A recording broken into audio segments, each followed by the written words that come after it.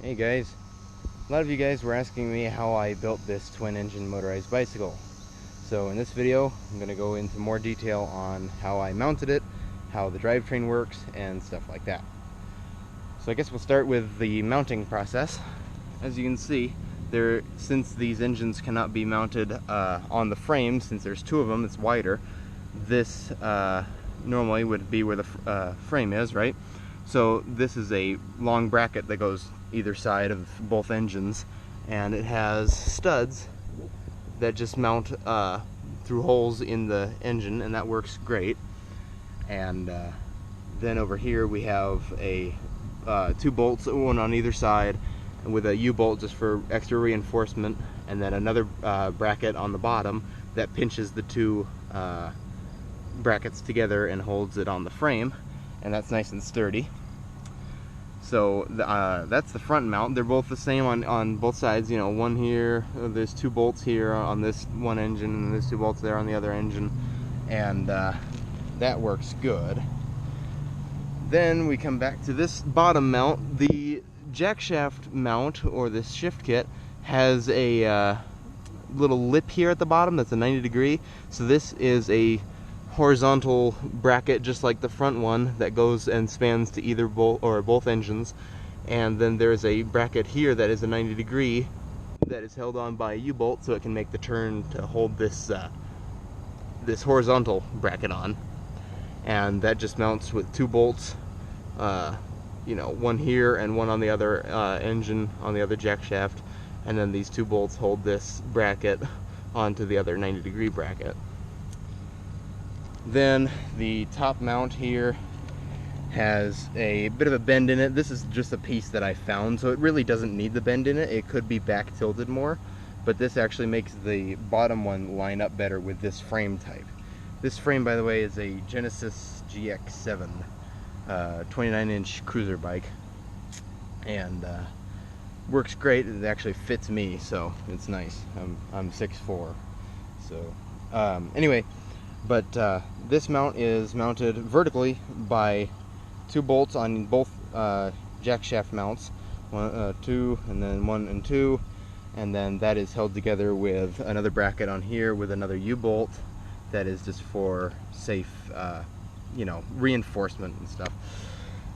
That works good, and it is solid, and it just, you know, when the engine's running, it vibrates just a tiny bit, but it does not seem to hurt it in any way, so that's good. So main thing about this bike is the drivetrain, because there's two engines. Neither of them are going to be lined up with the back wheel, so you use jack shafts, right? So this is a 10 or 12-inch jack shaft. It is a 5/8 keyed shaft that goes through both jack shaft mounts, and then has a I think this is a 10 or 11 tooth sprocket from the regular shift kit, and then this is a 16 or 17 tooth. They're just the regular shift kit gears, whatever they are, and normally these are switched, but this gear is better to drive on the back wheel, since I had two of these small ones.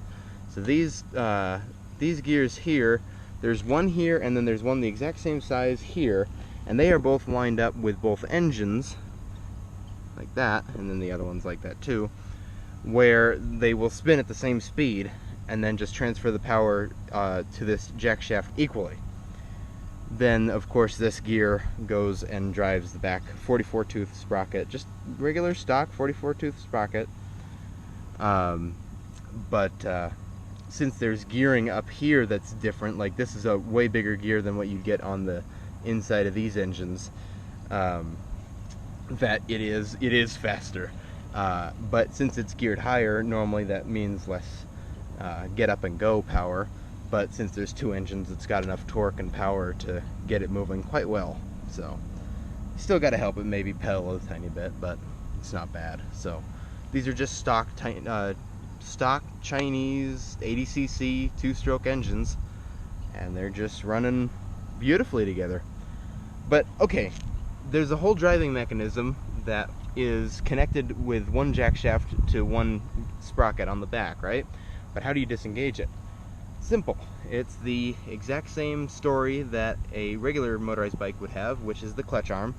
But this one is just one cable, one clutch arm, but it runs all the way to this engine, does its magic, and then comes to the arm, and it pushes it in and disengages the clutch. But then the cable keeps going to the other clutch, and when you pull in the lever, you can see they go in at the same time.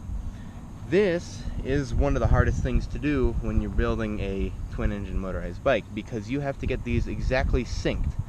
So if this one would grab, like that engine would grab before this one, that engine would likely stall while this one was just revving, and vice versa. So what you got to do is you got to, just loosen this, set screw, adjust it out or in or whatever you need to do until you get them both grabbing at the same time and at the same power, and then you can have them, one won't stall before the other. They'll be pretty synced. So if you look, it's hard to tell here, but you can see they go in at the exact same time, right?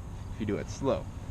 And even that is hard, because that won't just tell you if one's disengaging before the other. It could be adjusted differently. So once you get that done and you get them slipping and grabbing at the same time, then you're set. But to get to that point, it's kind of a nightmare. So that's one big problem about this when designing this.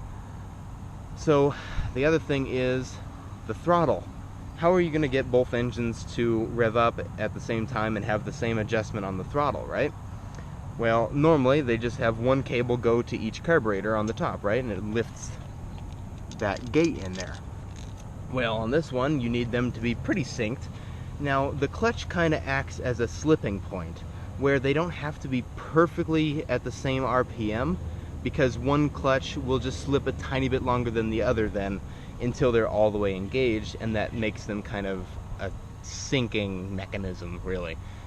But anyway, on the throttle, as you can see, maybe, I don't know, it's hard to see on this GoPro, but there is a cable running up from that carburetor all the way up to this carburetor in like a Y shape. This is a brake caliper on the front, the ones that pinch, not like the brake arms that pinch, but the ones that are on the actual fork and then push in. That's what this is. It normally does the same thing, where it takes one cable, loops it around, and then just makes it go to one cable for like the brake arm. But in this case, it's hooked up to the throttle. So this arm is just looping both cables in at the ends. And what I had to do is, normally they have a little nub on the end for the gate to hold it. So when you pull it up, the cable doesn't just slide out. I had to crimp on another one in there and make this the right length and whatever, to get them to both pull up. But when you pull the throttle, this one cable goes up and it moves this arm up and it pulls both carburetors like that up at the same time. And if you look, it's really hard to see and get this lined up, but you might not be able to see this, but if you can, both gates are going up at the exact same time, which is very nice. I'm very happy with that design that I've done. So also, you need to get fuel to the carburetors. How are you going to do that? Well, if I go over here, you can see this is just a brass fitting that is a T, and this is hooked up to a fuel line, and then it's pushed on, and then this is a fuel line, that's a fuel line, and it distributes the gas quite well, actually, because the carburetors can suck in too a tiny bit of gas, so instead of just gravity feed. But it does do enough gravity feed because of, obviously, the tank is above the carburetor. So the ignition and for spark and stuff, each one has their own magneto, so you don't have to worry about that, like, because these are not connected in any way. Like the crankshaft there's two crankshafts. It's not one with two pistons or with two rods on it. It's just one engine and another engine. So this one has a magneto, that one has a magneto. They both go up to each coil, and this coil, as you can see, this spark plug wire that comes out of it is on this side, so I know that one loops to this side. This one's on that side, so I know that one loops to that side. So that's just a little nice little feature that I did just to make sure I don't switch them, or else, oh god, I don't want to know what happens. So for both exhausts, this exhaust is just a, you know, stock exhaust, but this one I had to bend up. I had a really just crappy one that I welded up from a long time ago, and I just had to bend it a tiny bit because it would hit the frame if it was the same as that one over there.